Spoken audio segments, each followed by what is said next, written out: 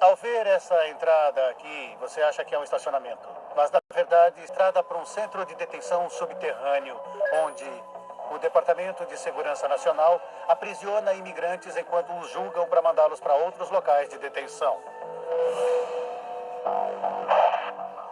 Apesar desses centros provisórios secretos serem designados para estadas curtas, em média 12 a 24 horas, há quem diga que esses centros, na verdade, detêm pessoas durante dias, semanas e até meses. Teve gente que ficou várias semanas sem ao menos escovar os dentes, trocar de roupas, tomar um banho, sem poder fazer uma ligação. E quando 50 pessoas têm uma ou duas privadas para usar, imagina só como é que fica. Após 2 dias em uma cela provisória, Hector Veloz afirma ter ido para Eloy, no Arizona, e preso em um centro de detenção da ICE. Lá, ele passou 2 semanas atrás das grades antes que pudesse ver um juiz e pedir pela soltura. Eu forneci as certidões de nascimento dos meus pais e a minha certidão de nascimento. E achei que com essas certidões tudo ia ficar claro. Mas não ficou. Tem pessoas que passam anos na prisão, a gente ouve isso o tempo todo. Confusão de identidade, más testemunhas, essas coisas acontecem e levam anos para serem solucionadas. Então, sabemos que isso acontece. O sistema comete erros. Mesmo depois de fornecer uma certidão de nascimento, uma peça processual feita por ele e a apresentação de seu pai, um veterano condecorado do Vietnã, ao tribunal, se passaram 13 meses até que ele fosse finalmente reconhecido como cidadão estadunidense e libertado. O governo reteve esse cara, deixou ele na prisão por mais de 1 ano. E pronto? Ah, isso não acontece na América. Peraí, acontece sim. Eu nem imagino o que ele deve ter pensado naquela hora. Esse é um pesadelo absurdo. Estima-se que a detenção de Hector custou aos contribuintes estadunidenses dezenas de milhares de dólares para alojá-lo. E ele é apenas um dos inúmeros cidadãos estadunidenses presos injustamente. Supostamente, em torno de 800 cidadãos estadunidenses foram detidos pelo ICE entre 2008 e 2012. Mas por quê? Críticos acreditam que os grupos de penitenciárias privadas mandam na política de imigração nacional. Eles acham que estão pagando para mais políticas serem feitas e prenderem mais imigrantes. Em torno de metade dos imigrantes detidos pelo governo federal são mantidos em penitenciárias privadas. Daí você se pergunta, para quem eles pagam? Quem está ganhando com tudo isso? Eu não estou. Mas enquanto centenas de cidadãos estadunidenses são erroneamente detidos em instalações de imigração federais, há quem acredite que existe um número crescente de penitenciárias secretas igualmente pérfidas. Instalações que parecem ser benignas, mas cuja função secreta pode representar um super risco à liberdade dos Estados Unidos.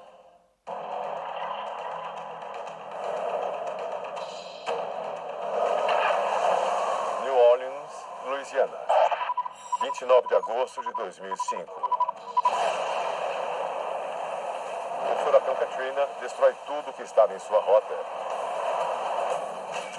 incluindo as penitenciárias municipal e estadual. Declara-se estado de emergência,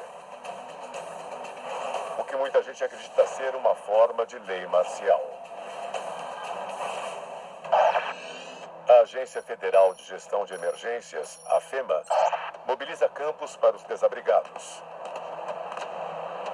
E as autoridades estaduais e federais transformam uma estação de ônibus da empresa Greyhound em uma prisão temporária, apropriadamente nomeada como Campo Greyhound. Nós vimos o furacão Katrina e quantas pessoas ficaram desabrigadas como resultado. Havia uma necessidade legítima do governo federal em criar um plano de contingência na existência de um desastre. Brigantine, Nova Jersey, 29 de outubro de 2012. furacão Sandy devasta milhares de casas em Nova York e Nova Jersey. 45 mil servidores da Guarda Nacional e da Força Aérea são mobilizados em mais de 7 estados para ajudar na emergência. Assim como no Katrina, milhares de habitantes ficaram desabrigados. E mais uma vez, como fizeram no Katrina, a FEMA cria acampamentos temporários para abrigar as vítimas em barracas e trailers. Mas apesar de argumentarem que um desastre tão extraordinário deveria exigir uma resposta igualmente forte, há quem afirme que essas áreas de refúgio operavam mais como prisões do que como abrigos. E isso, acreditam eles, não era por acidente. Eles prenderam as pessoas, alimentaram as pessoas, forneceram cama e um lugar para elas viverem. Os campos tinham que ter segurança. Eles receberam milhares de pessoas e não sabiam nada sobre esses indivíduos. Lá no meio, podia ter algum criminoso que usava drogas. Então, você tem que fornecer esse tipo de equilíbrio de segurança porque é uma incógnita. Esses campos da FEMA que aparecem depois de algum problema como furacões. Sabe? As pessoas perderam tudo. E quando vão para um campo da FEMA, dizem para elas que é proibido falar com a imprensa, sabia? Por quê? Apesar de ser responsabilidade da parte do governo fornecer uma resposta a catástrofes ou a uma emergência nacional, o problema são as características do campo da FEMA, que sempre tem cercas feitas com arame farpado com a parte perfurante para cima. Ou seja, elas estão lá para manter as pessoas para dentro, não para fora.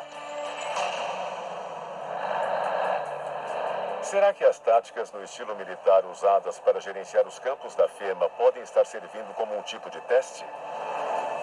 Um teste que está sendo realizado para servir a um propósito mais secreto? Existe uma grande discussão sobre a possibilidade de que o governo americano esteja fazendo planos de contingência para lidar com um levante popular. E isso se baseia em alguns tipos de instalações que já existem, que estão vazias e parecem ser facilmente adaptadas para receber grandes quantidades de seres humanos. Muitos temem que os campos da FEMA possam sinalizar a volta de um período complicado na história estadunidense, quando cidadãos nipo-americanos foram forçados a deixar suas casas e empresas e colocados em campos de detenção durante a Segunda Guerra Mundial. Você pode excluir a possibilidade dos campos de confinamento existirem nos Estados Unidos de novo. E eu digo de novo. Eles já existiram uma vez, pode acontecer de novo.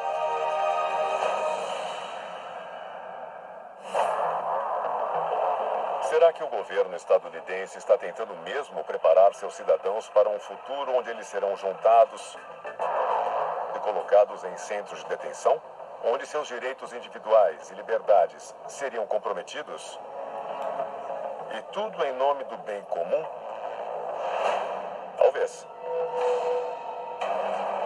Mas essa ideia absurda começa a se tornar assustadoramente legítima se observarmos que centenas de cidadãos estadunidenses comuns estão cumprindo pena na prisão e devido a um simples erro administrativo.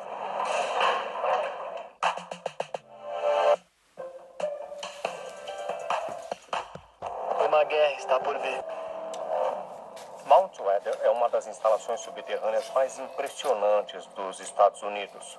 Fica a uns 74 quilômetros de Washington, capital, e é super protegido. E só por esse motivo eu não recomendaria que ninguém tentasse invadir a instalação. O Mount Weather é praticamente uma cidade subterrânea. Tente imaginar algum lugar de um filme de James Bond, onde com certeza um vilão moraria. Extraoficialmente, o Mount Weather é um abrigo subterrâneo e um centro de comando para ser usado caso os Estados Unidos se envolvam em uma guerra total. Existe um bom motivo para o Mount Weather ser tão perto de Washington, capital. Caso exista uma emergência nacional, o presidente e toda a equipe dele podem ser levados para o Mount Weather para o governo poder ter continuidade. Caso o governo precise abrigar oficiais por um longo período, muitos acreditam que o Mount Weather tenha sido propositalmente feito como uma cidade para poder ser habitado durante meses ou até anos. No Mount Weather existe um lago que fornece água fresca a todo momento. Ele pode abrigar milhares de pessoas durante meses. Ele tem calçadas, tem lojas, tem uma estrada de ferro, tem um sistema de ar-condicionado e, mais importante ainda, pelo Mount Weather ter sido feito para proteger o presidente, ele é altamente fortificado subterraneamente. O Mount Weather tem uma porta de aço gigantesca que é capaz de resistir a quase tudo.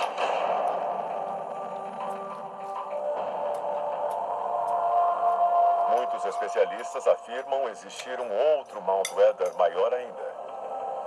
Não embaixo de uma montanha, mas bem abaixo do Aeroporto Internacional de Denver. Quando o aeroporto de Denver foi construído, começaram as teorias de conspiração.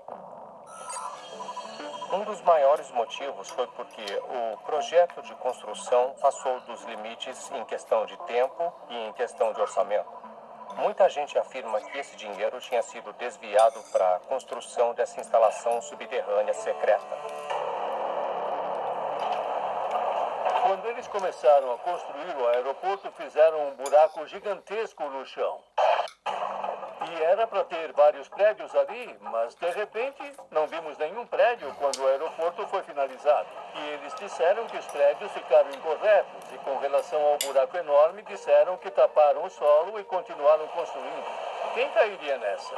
Dizem que embaixo do Aeroporto Internacional de Denver fica um Mount Weather 10 vezes maior, um Mount Weather bombado. Lembra de O Planeta dos Macacos? No segundo filme, De Volta ao Planeta dos Macacos, havia humanos morando no subterrâneo. O aeroporto de Denver é isso. É uma loucura total. Mas as elites têm um lugar para se abrigar. Há quem se pergunte o que aconteceria se houvesse um ataque em larga escala contra os Estados Unidos. Mesmo sobrevivendo gente em bunkers subterrâneos, o que aconteceria com a cultura, com a história, com a arte e as pessoas dos Estados Unidos? Muita gente acha que podemos responder isso embaixo da terra, em um cofre que guarda informações sobre os nomes de todos os estadunidenses que já existiram. Little Cottonwood Canyon, Utah, a 24 quilômetros de Salt Lake City. Nas profundezas de uma pedra conhecida como Montanha de Granito, fica um cofre secreto, protegido por portas de aço que suportam um ataque nuclear. O cofre é mantido pela Igreja de Jesus Cristo dos Santos dos Últimos Dias, uma religião também conhecida como Mormon.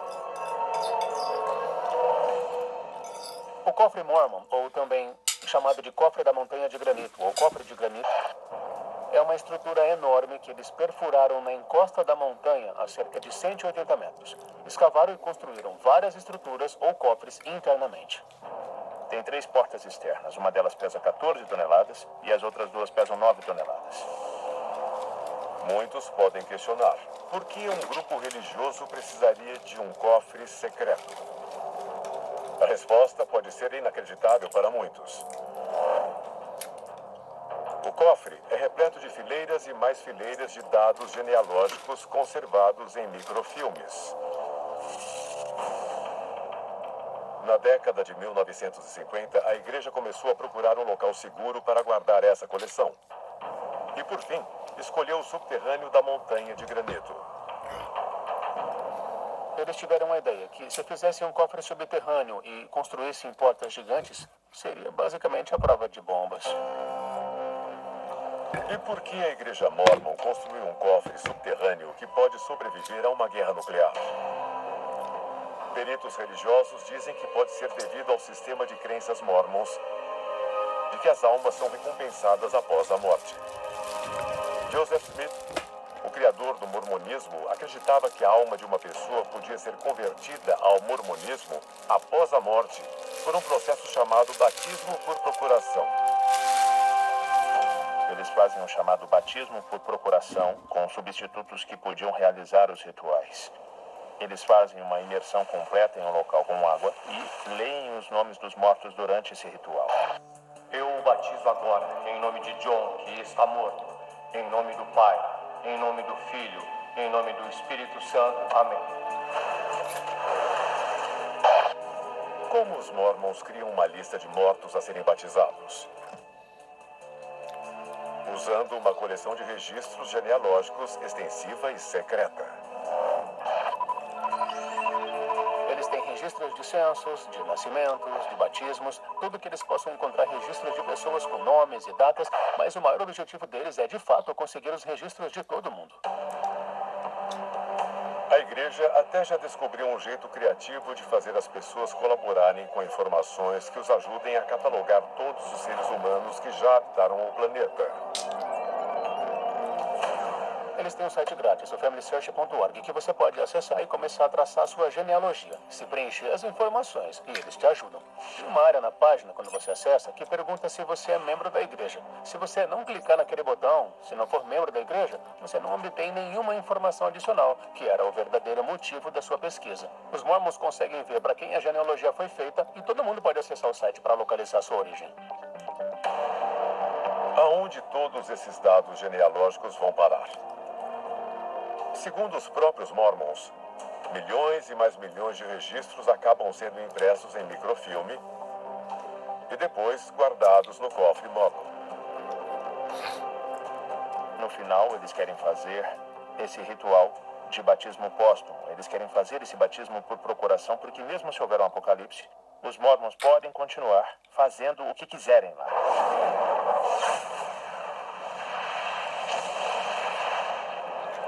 Mesmo após o fim de todas as pessoas nos Estados Unidos, um local seguro subterrâneo pode ajudar a igreja a cuidar das almas do nosso mundo. É uma fortaleza construída para a vida após a morte. Se existisse mesmo um livro de segredos do Estado, acho que ele revelaria que tem muito mais coisas acontecendo debaixo da terra do que todos imaginam. A Casa Branca, a mansão da Playboy, os presídios de segurança máxima, as fortalezas residenciais dos Estados Unidos têm muitas formas. Mas todas elas têm pelo menos uma coisa em comum. Aonde quer que haja segurança máxima, também há inúmeros segredos.